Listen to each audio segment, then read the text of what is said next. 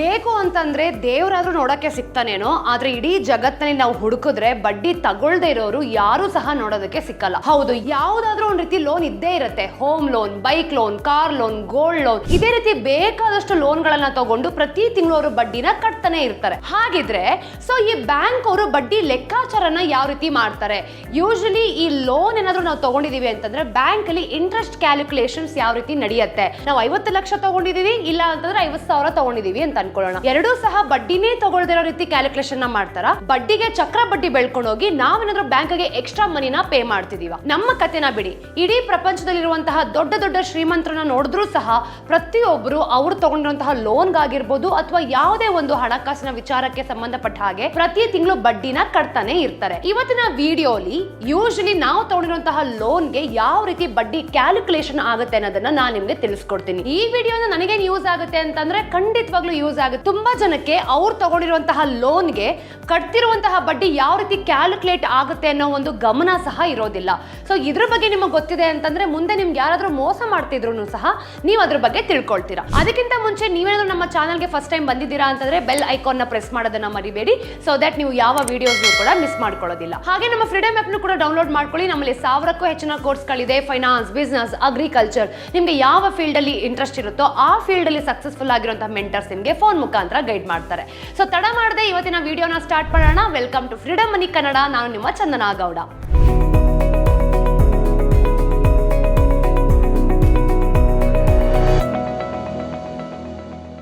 ನಮ್ಗೆ ದುಡ್ಡಿನ ಅವಶ್ಯಕತೆ ಇದ್ದು ಫ್ರೆಂಡ್ಸ್ ಹತ್ರ ಅರ್ಜೆಂಟ್ ಆಗಿ ದುಡ್ಡು ಕೇಳ್ತೀವಿ ಅಂತಂದ್ರೆ ಸಮ್ ಟೈಮ್ಸ್ ಅವ್ನು ನಮ್ಗೆ ಬಡ್ಡಿಗೋಸ್ಕರ ದುಡ್ಡನ್ನ ಕೊಡ್ಬೋದು.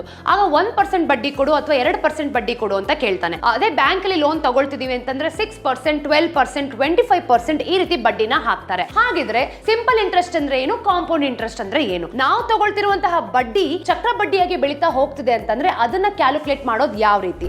ಬ್ಯಾಂಕ್ ಅವ್ರು ನಮ್ಮ ಮೇಲೆ ಯಾವ ರೀತಿ ಇಂಟ್ರೆಸ್ಟ್ ನ ಕ್ಯಾಲ್ಕುಲೇಟ್ ಮಾಡ್ತಾರೆ ಅನ್ನೋದನ್ನ ಸ್ಟೆಪ್ ಬೈ ಸ್ಟೆಪ್ ನೋಡ್ತಾ ಹೋಗೋಣ. ನಾವೇನಾದ್ರೂ ಬ್ಯಾಂಕ್ಗೆ ಹೋಗಿ 1 ಲಕ್ಷನ ಸಾಲ ತಗೊಳ್ತೀವಿ ಅಂತ ಅನ್ಕೊಳ್ಳಿ. ಆಗ ಅವರು ಮಿನಿಮಮ್ 6% ನಿಮ್ಗೆ ಇಂಟ್ರೆಸ್ಟ್ ಅನ್ನ ಹಾಕಿರ್ತಾರೆ. 12 ತಿಂಗಳು ಅಂತ ಅನ್ಕೊಳ್ಳೋಣ. ವರ್ಷದಲ್ಲಿ 12 ತಿಂಗಳು ಇರೋಂತ ಕಾರಣ ನಾವು 12 ತಿಂಗಳು ಅಂತ ಇಲ್ಲಿ ಕನ್ಸಿಡರ್ ಮಾಡಿದೀವಿ. ಬಡ್ಡಿ 6% ಅಂತ ಅಂದ್ರೆ ನಾವು 12 ಡಿವೈಡೆಡ್ ಬೈ 6 ಅಂತ ನೋಡೋಣ. ಆಗ ನಮ್ಗೆ 0.5% ಅಷ್ಟು ಬಡ್ಡಿನ ಪೇ ಮಾಡ್ತಿರ್ತೀವಿ. ಪ್ರಿನ್ಸಿಪಲ್ ಅಮೌಂಟ್ ಅಂತ ನಾವು ಇದನ್ನ ಪರಿಗಣಿಸಿದಾಗ 1 ಲಕ್ಷ ಅಂತಂದ್ರೆ ಟೆನ್ಯೂರ್ ಬಂದು 1 ವರ್ಷ, ಹಾಗೆ ನಾವು ತಗೊಂಡಿರುವಂತಹ ಇಂಟ್ರೆಸ್ಟ್ ಬಂದು 6%. 1 ಲಕ್ಷ ಡಿವೈಡೆಡ್ ಬೈ 12 ಅಂತ ಮಾಡಿದೀವಿ. ಯಾಕೆಂದ್ರೆ 1 ವರ್ಷದಲ್ಲಿ 12 ತಿಂಗಳುಗಳಿರುತ್ತೆ. 1 ಲಕ್ಷಕ್ಕೆ 1% ಅಂತ ಅಂದ್ರೆ ತಿಂಗಳಿಗೆ 1,000. ಬೇಸಿಕಲಿ ನಾವು 1 ವರ್ಷದಲ್ಲಿ 12,000 ಬಡ್ಡಿನ ಬ್ಯಾಂಕ್ಗೆ ಕಟ್ತೀವಿ. ಸಿಂಪಲ್ ಆಗಿ ಹೇಳ್ಬೇಕು ಅಂತಂದ್ರೆ ನಾನೇನಾದ್ರೂ ಬ್ಯಾಂಕ್ ಅಲ್ಲಿ 1 ಲಕ್ಷ ಲೋನ್ ಅನ್ನ ತಗೊಂಡಿದೀನಿ ಅಂತಂದ್ರೆ ಬ್ಯಾಂಕ್ ಅವರು ನನಗೆ 6% ಬಡ್ಡಿನ ಹಾಕಿದಾಗ ಟೆನ್ಯೂರ್ ಪೀರಿಯಡ್ ಬಂದು 1 ವರ್ಷ ಅಂತ ಅನ್ಕೊಳ್ಳಿ. ನಮ್ಮ ಕ್ಯಾಲ್ಕುಲೇಷನ್ ಪ್ರಕಾರ ನೋಡಿದಾಗ ಬ್ಯಾಂಕ್ ಅವರು ನನಗೆ 1,12,000. ನಾನು ಟೋಟಲ್ ಆಗಿ 1,12,000 ಬ್ಯಾಂಕ್ಗೆ ಕಟ್ಟಬೇಕಾಗತ್ತೆ. 12,000 ಎಕ್ಸ್ಟ್ರಾ ಅಂದ್ರೆ ಬಡ್ಡಿ ಅಮೌಂಟ್ ಅನ್ನ ಬ್ಯಾಂಕ್ಗೆ ನಾನು ಕಟ್ತೀನಿ. ಇದು ಬ್ಯಾಂಕ್ ಅವರು ಮಾಡುವಂತಹ ಸಿಂಪಲ್ ಲೆಕ್ಕ. ನೀವು ಅರ್ಥ ಮಾಡ್ಕೊಳ್ಬೇಕು, ನಾನಿಲ್ಲಿ ಮಾತಾಡ್ತಿರೋದು ಕೇವಲ ಬಡ್ಡಿ ಬಗ್ಗೆ ಮಾತ್ರ. ಬ್ಯಾಂಕ್ ಅವರು ಯಾವ ರೀತಿ ನಮ್ಮ ಬಡ್ಡಿ ಕ್ಯಾಲ್ಕುಲೇಷನ್ ಮಾಡ್ತಾರೆ ಅಂತ. EMI ಅಲ್ಲ. ನಿಮ್ಗೆ EMI ಗೆ ಸಂಬಂಧಪಟ್ಟ ಹಾಗೆ ವಿಡಿಯೋ ಬೇಕು ಅಂತಂದ್ರೆ ಕಮೆಂಟ್ ಸೆಕ್ಷನ್ ಅಲ್ಲಿ ತಿಳಿಸಿ. ಸಪರೇಟ್ ವಿಡಿಯೋ ಒಂದಿಗೆ ನಾನು ನಿಮ್ಗೆ ಡೀಟೇಲ್ಡ್ ಆಗಿ ತಿಳಿಸ್ಕೊಡ್ತೀನಿ.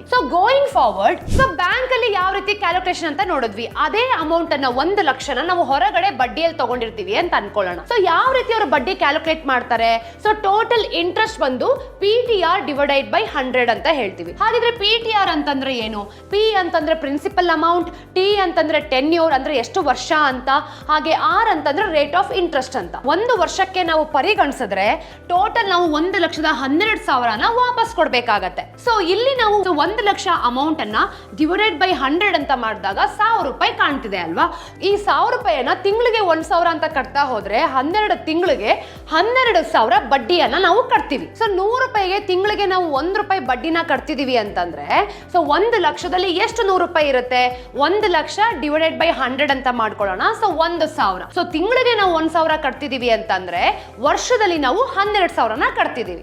ಗೋಯಿಂಗ್ ಫಾರ್ವರ್ಡ್, ಬ್ಯಾಂಕ್ ಅಲ್ಲಿ ಆಗಿರ್ಬೋದು, ಹೊರಗಡೆನೆ ಆಗಿರ್ಬೋದು, ಸಿಂಪಲ್ ಇಂಟ್ರೆಸ್ಟ್ ಮತ್ತೆ ಕಾಂಪೌಂಡ್ ಇಂಟ್ರೆಸ್ಟ್ ಅಂತ ಕ್ಯಾಲ್ಕುಲೇಟ್ ಮಾಡ್ತಾರೆ. ನೀವು ತುಂಬಾ ಇಂಪಾರ್ಟೆಂಟ್ ಆಗಿ ತಿಳ್ಕೊಳ್ಬೇಕಾಗಿರುವಂತ ವಿಚಾರ ಇದು. ಸಿಂಪಲ್ ಇಂಟ್ರೆಸ್ಟ್ ಮತ್ತೆ ಕಾಂಪೌಂಡ್ ಇಂಟ್ರೆಸ್ಟ್ ಅಂದ್ರೆ ಏನು?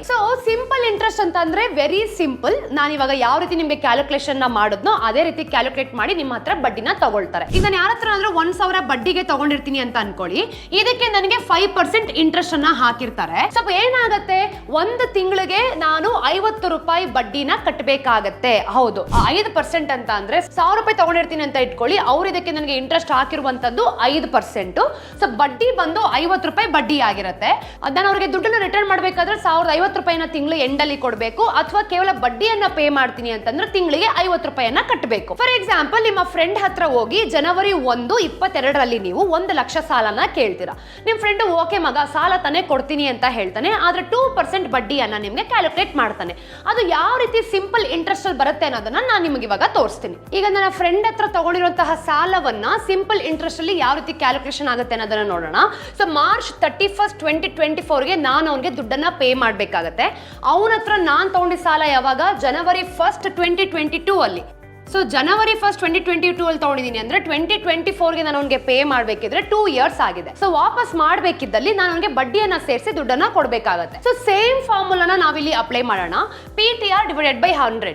ಸೊ P ಅಂತಂದ್ರೆ ಪ್ರಿನ್ಸಿಪಲ್ ಅಮೌಂಟ್, T ಅಂತಂದ್ರೆ ಟೆನ್ಯೂರ್, R ಅಂತಂದ್ರೆ ರೇಟ್ ಆಫ್ ಇಂಟ್ರೆಸ್ಟ್. ಸೊ ಇಲ್ಲಿ ಏನಾಗುತ್ತೆ, ನಾನು ಅವನ ಹತ್ರ ತಗೊಂಡಿರುವಂತಹ ದುಡ್ಡು ಬಂದು 1 ಲಕ್ಷ ಇಂಟು 27 ಅಂತಂದ್ರೆ 27 ತಿಂಗಳುಗಳಾಗಿದೆ ಟೆನ್ಯೂರ್ ಪೀರಿಯಡ್. ಹಾಗೆ 2% ನಾನು ಇಲ್ಲಿ ರೇಟ್ ಆಫ್ ಇಂಟ್ರೆಸ್ಟ್ ನ ತಗೊಂಡಿದ್ದೀನಿ, ಅಂದ್ರೆ ಬಡ್ಡಿ ನನಗೆ ಸೇರಿಸಿರುವಂತದ್ದು, ಡಿವೈಡೆಡ್ ಬೈ 100. ಸೊ ಈ ಡಿವೈಡೆಡ್ ಬೈ ಮಾಡಿದಾಗ ಟೋಟಲ್ ಅಮೌಂಟ್ ಬಂದು 54,000 ಬರುತ್ತೆ. ಹೌದು, ಸೊ ಟೋಟಲ್ ಆಗಿ ನಾನು ಅವನಿಗೆ ದುಡ್ಡನ್ನ ರಿಟರ್ನ್ ಮಾಡಬೇಕಾಗಿದ್ದಲ್ಲಿ 1,54,000 ರಿಟರ್ನ್ ಮಾಡಬೇಕಾಗತ್ತೆ. ಪ್ರತಿ ತಿಂಗಳು ನಾನು ಅವನಿಗೆ ಇಂಟ್ರೆಸ್ಟ್ ಅನ್ನ ಪೇ ಮಾಡ್ತಿದ್ದೀನಿ ಅಂದ್ರೆ ಇಟ್ಸ್ ವೆಲ್ ಅಂಡ್ ಫೈನ್. ಈ ಸಿಂಪಲ್ ಇಂಟ್ರೆಸ್ಟ್ ಕ್ಯಾಲ್ಕುಲೇಷನ್ ಅಲ್ಲಿ ನೋಡಿದಾಗ ಟೋಟಲ್ ಅಮೌಂಟ್ ಬಂದು 1,54,000 ಬರುತ್ತೆ. ಅವನಿಗೆ ನಾವು ಕೊಡಬೇಕಾಗಿರುವಂತಹ ಇಂಟ್ರೆಸ್ಟ್ ಬಂದು 54,000. ಇದು 2% ರೇಟ್ ಆಫ್ ಇಂಟ್ರೆಸ್ಟ್ ಕ್ಯಾಲ್ಕುಲೇಷನ್. ಇಷ್ಟೊತ್ತು ನಾನು ನಿಮ್ಗೆ ತಿಳಿಸ್ಕೊಟ್ಟಿರುವಂತದ್ದು ಸಿಂಪಲ್ ಇಂಟ್ರೆಸ್ಟ್ ಕ್ಯಾಲ್ಕುಲೇಷನ್, ತುಂಬಾ ಸಿಂಪಲ್ ಆಗಿರುವಂತಹ ಲೆಕ್ಕಾಚಾರ. ಅದೇ ಕಾಂಪೌಂಡ್ ಇಂಟ್ರೆಸ್ಟ್ ಅಲ್ಲಿ ನಾವು ತಗೊಳ್ತಿರುವಂತಹ ಬಡ್ಡಿ ಯಾವ ರೀತಿ ಕ್ಯಾಲ್ಕುಲೇಟ್ ಆಗುತ್ತೆ ಅನ್ನೋದನ್ನ ನೋಡೋಣ. ಸೊ ಕಾಂಪೌಂಡ್ ಇಂಟ್ರೆಸ್ಟ್ ಅಂತ ಅಂದ್ರೆ ನಮ್ಮ ಲೋಕಲ್ ಭಾಷೆಯಲ್ಲಿ ಹೇಳಬೇಕು ಅಂತಂದ್ರೆ ಇದನ್ನ ನಾವು ಚಕ್ರ ಬಡ್ಡಿ ಅಂತ ಕರಿತೀವಿ. ಸೊ ಯೂಶಲಿ ಏನಾಗುತ್ತೆ, ಸಿಂಪಲ್ ಇಂಟ್ರೆಸ್ಟ್ ಅಲ್ಲಿ ನಾವು ತಗೊಂಡಿರುವಂತಹ ಒಂದು ಅಸ್ಲು ಏನಿರುತ್ತೆ ಅಂದ್ರೆ ಪ್ರಿನ್ಸಿಪಲ್ ಅಮೌಂಟ್ ಏನಿರುತ್ತೆ ಅದಕ್ಕೆ ಬಡ್ಡಿಯನ್ನ ಹಾಕ್ತಾರೆ. ಆದ್ರೆ ಈ ಕಾಂಪೌಂಡ್ ಇಂಟ್ರೆಸ್ಟ್ ಅಲ್ಲಿ ಏನಾಗುತ್ತೆ ಅಂದ್ರೆ ನಾನು ಇವಾಗ 2%ಗೆ ಅಥವಾ 5%ಗೆ 1000 ರೂಪಾಯಿ ಸಾಲವನ್ನ ತಗೊಂಡಿರ್ತೀನಿ. ಆ 1000 ರೂಪಾಯಿಗೆ ನಾನು ಕಟ್ಟುವಂತಹ ಇಂಟ್ರೆಸ್ಟ್ ಎಷ್ಟಿರುತ್ತೆ, 1050 ಅಂತ ಅನ್ಕೊಳ್ಳೋಣ. ಸೊ ಈ 1050 ಈ ಇಂಟ್ರೆಸ್ಟ್ ಅಮೌಂಟ್ 50 ರೂಪೀಸ್ ಏನಿರುತ್ತೆ ಇದು ಚಕ್ರ ಬಡ್ಡಿಯಾಗಿ ಬೆಳೀತಾ ಹೋಗ್ತಿರತ್ತೆ.